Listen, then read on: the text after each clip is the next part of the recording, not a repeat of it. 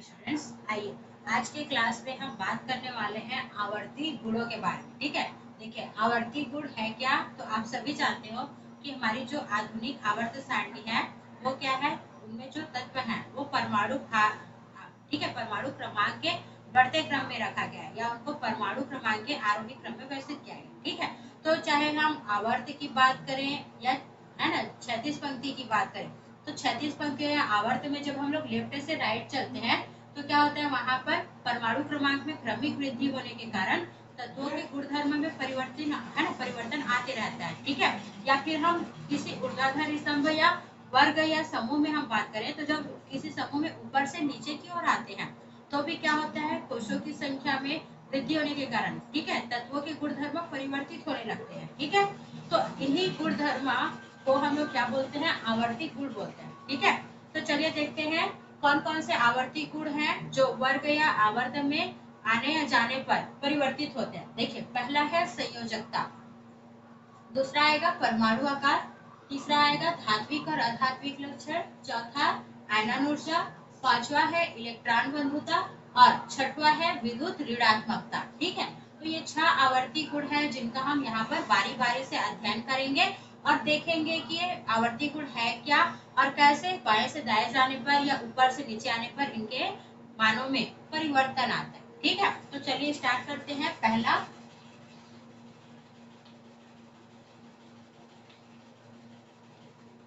देखिए, पहला आवर्ती गुण है संयोजकता। ठीक है, तो हम संयोजकता किसको बोलेंगे, तो ध्यान पूर्वक देखिए। मान लीजिए हम यहाँ पे एक क्या ले रहे हैं, है ना, तत्व ले रहे हैं जैसे कि एल्यूमिनियम। एल्यूमिनियम का इलेक्ट्रॉन है ना परमाणु क्रमांक 13 होता है और यदि हम इसका इलेक्ट्रॉनिक विन्यास करें तो 283 आएगा। ठीक है, 283। तो यहाँ पर यदि हम इसका है ना परमाणु कक्षक बनाते हैं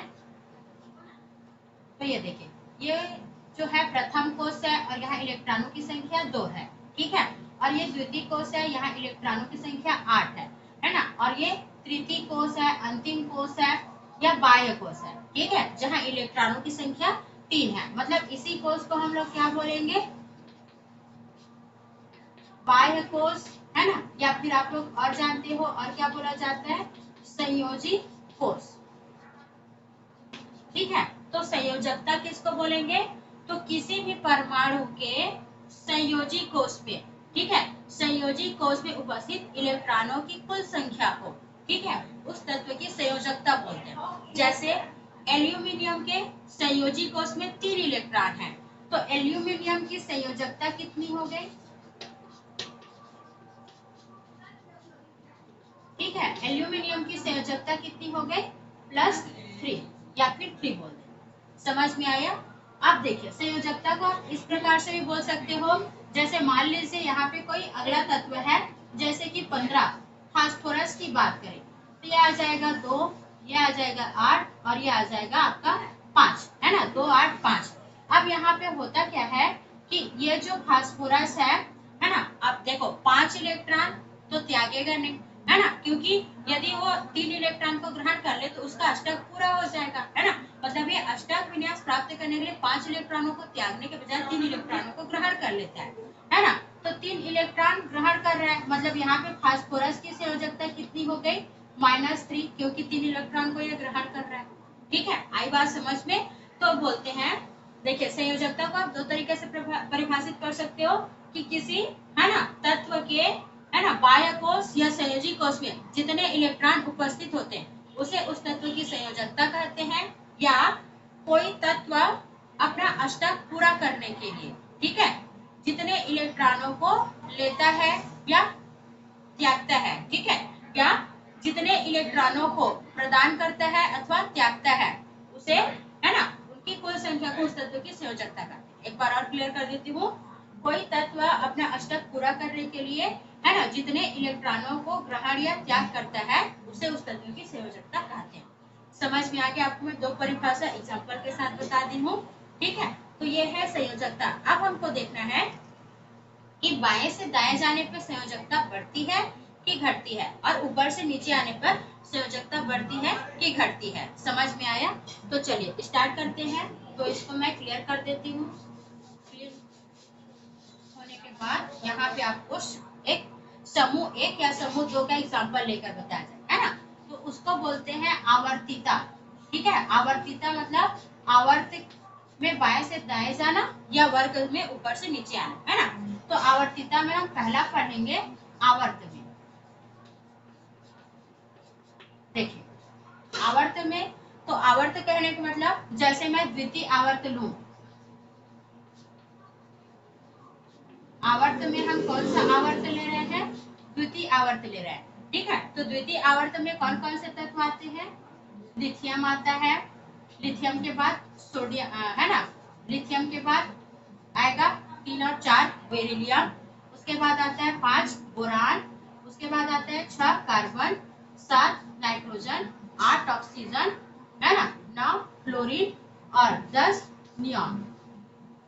समझ में आया। अब देखो इसका आप विन्यास करोगे, चलिए मैं यहाँ पे इसका विन्यास भी लिख देती हूँ, है ना। ये इसका तत्व हो गया, द्वितीय आवर्त के तत्व हो गए, देखो है ना, ये क्षैतिज पंक्ति है। ठीक है, क्षैतिज पंक्ति मतलब बाएं से दायां, क्लियर हो गया।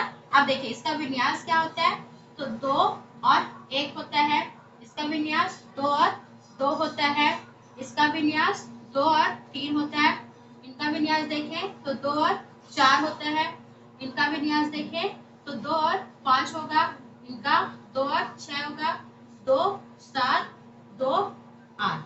समझ में आया सबको विन्यास।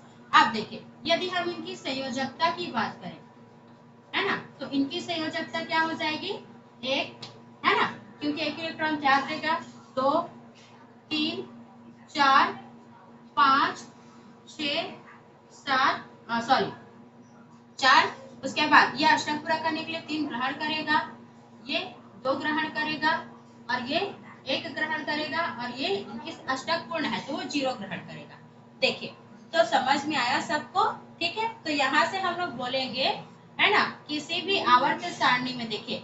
ठीक है, अब यदि हम इनके हाइड्राइडों की बात करें, हाइड्राइड की बात करें, ये देखिए हाइड्राइड, तो ये LiH बनाता है, ये BeH2 बनाता है, और ये BH3 बनाता है, ये CH4 बनाता है, और ये NH3 बनाता है, ये H2O बनाता है ना, और ये HF बनाता है। क्लियर हो गया। तो ये है हाइड्राइड, हाइड्रोजन के साथ जब ये क्रिया करता है तो इस प्रकार का यौगिक बनता है, जैसे कि lithium hydride, beryllium hydride, boron hydride, methane, ammonia, जल, हाइड्रोजन क्लोराइड। ठीक है, तो ये है संयोजकता। अब यहाँ पे आप लोग संयोजकता को थोड़ा गौर कीजिए, यहाँ पे आप संयोजकता देखोगे, बाएं से दाएं चल रहे हैं, तो 1 2 3 4 तक बढ़ी, है ना, फिर उसके बाद 4 3 2 1 0, मतलब 4 से 0 तक घटी। ठीक है, तो हम क्या बोलेंगे, किसी भी आवर्त में, हम अभी द्वितीय का एग्जाम्पल लेकर देखे हैं, आप तृतीय चतुर्थ पंचम षष्टम किसी भी आवर्त में आप जाओ, ठीक है, तो वहां पे होता क्या है, जो तत्वों की संयोजकता है वो हाइड्रोजन के सापेक्ष 1 से 4 तक बढ़ती है, फिर 4 से 0 तक घटती है। क्लियर हो गया। ठीक है, तो ये हुआ आवर्त में, है ना, परिवर्तन। उसके बाद चलिए अब आवर्त के बाद हम लोग देखेंगे समूह में।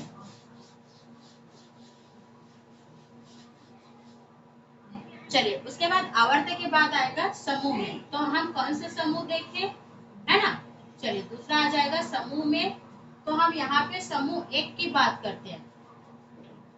चलिए समूह 1 में संयोजकता बढ़ती है कि घटती है उसको देखते हैं। ठीक है, तो ध्यान पूर्वक देखते जाइए, समूह 1 में कौन कौन आता है, तो याद रखेंगे समूह 1 में आता है ह, ली, ना, क, करे, रब, से, फरियाद, है ना। समूह 1 में आता है ह, ली, ना, करे, रब, से, फरियाद। ह मतलब हाइड्रोजन, ली मतलब लिथियम, ना मतलब सोडियम, करे मतलब पोटेशियम, रब मतलब यहाँ पे आ जाएगा रुबिडियम, से मतलब सीजियम, फरियाद मतलब फ्रांसियम। ये देखो, है ना, इस प्रकार से समूह 1 में तत्व पाए जाते हैं। हाइड्रोजन का हम सभी जानते हैं 1 होता है, 1 में आप 2 जोड़ दीजिए, है ना, मतलब 2 8 8 18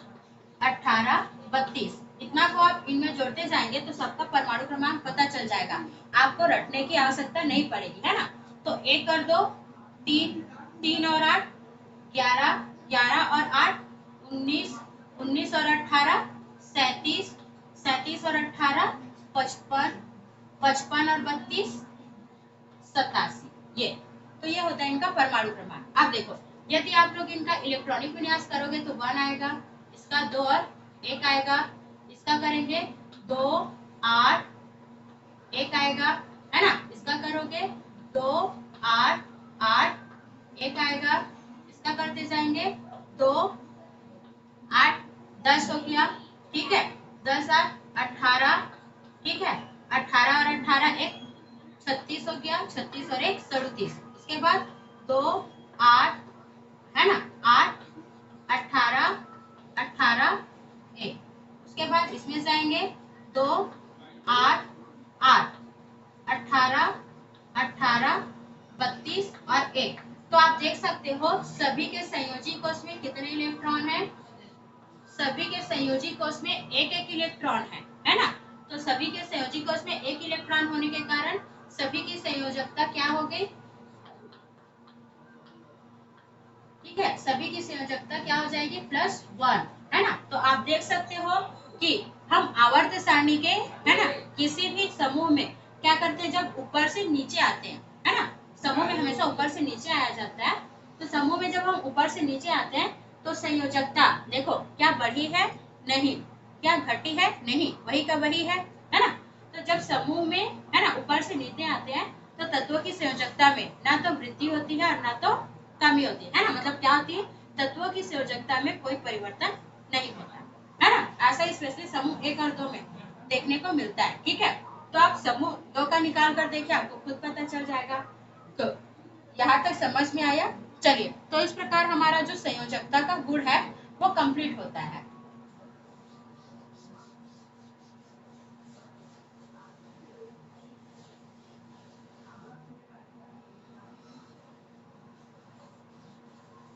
चलिए, संयोजकता के बाद हम दूसरा पढ़ेंगे परमाणु आकार, ठीक है। दूसरा आवर्ती गुण क्या हो जाएगा,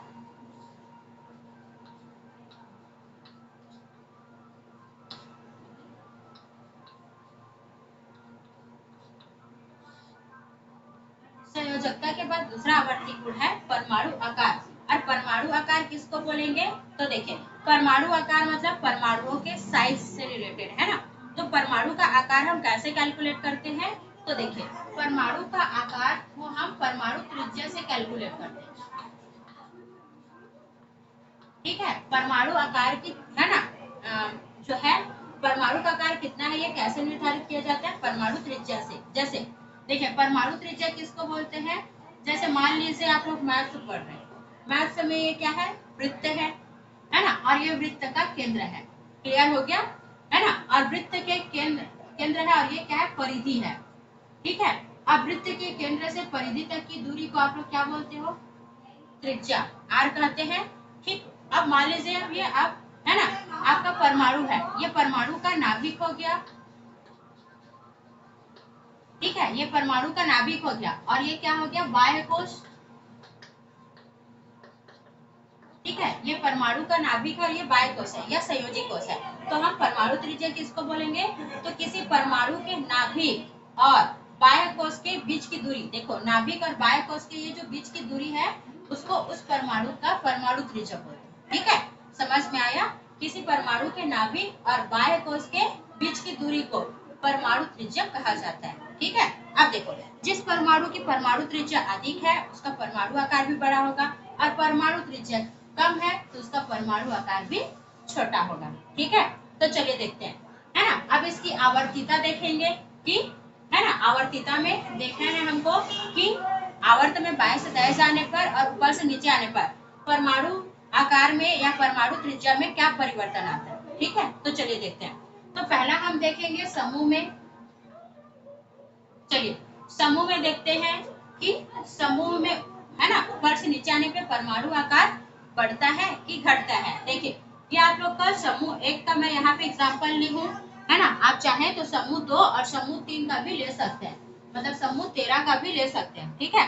तो चलिए यहाँ पे आप किसी भी समूह का एग्जांपल लीजिए और उसको बना के देखिए जैसे देखिए समूह एक का मैं एग्जांपल ले रही हूँ ताकि आप लोग को और इजी हो जाए। देखो समूह एक में हरिना करेरा से फरियान मतलब hydrogen, lithium, sodium, potassium, rubidium, caesium और फ्रांसियम आता है ना। इसका इलेक्ट्रॉनिक विन्यास भी मैं करती हूँ। अब देखो, अब देखना है हमको यहाँ पे इनका आकार। तो देखो हाइड्रोजन का यदि आप आकार बनाओगे तो इसमें कोषों की संख्या कितना है, 1 है। तो ये हो गया हाइड्रोजन का आकार, है ना, क्योंकि कोषों की संख्या 1 है, एक ही कोष है तो हम एक ही गोला बनाएंगे। लिथियम में देखो यहाँ पे कितने कोष है, 2 कोष, ये प्रथम कोष और ये द्वितीय कोष, तो यहाँ पे हम 2 गोला बनाएंगे, ये देखो, ठीक है। उसके बाद सोडियम में देखिए 3 कोष है, तो यहाँ पे कितना गोला बनाया जाएगा, 3 गोला, है ना। पोटेशियम में 4 कोष है, तो यहाँ पे हम कितना गोला बनाएंगे, 4 गोला, है ना। रुबिडियम में 5 है, तो यहाँ पे 1 2 3 4 5। इसी प्रकार से आप सीजियम और फ्रांसियम का बनाओगे तो इन दोनों का आकार और बड़ा होते जाएगा, ठीक है। तो देखो यहाँ पे कोषों की संख्या 1 है, त्रिज्या यहाँ से यहाँ तक।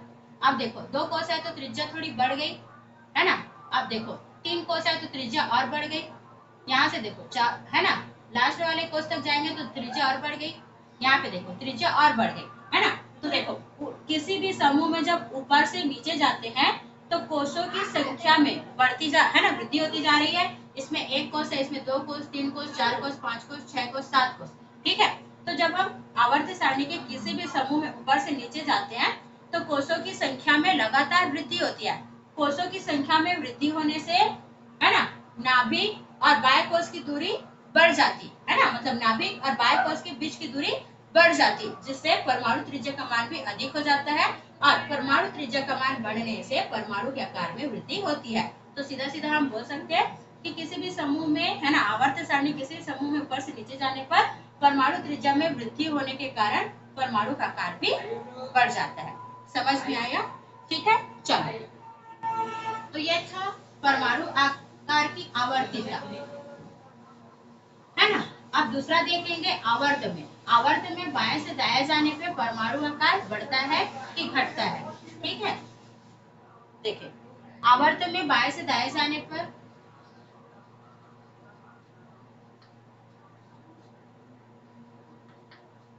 चलिए, तो मैं द्वितीय आवर्त लेती हूँ उदाहरण में।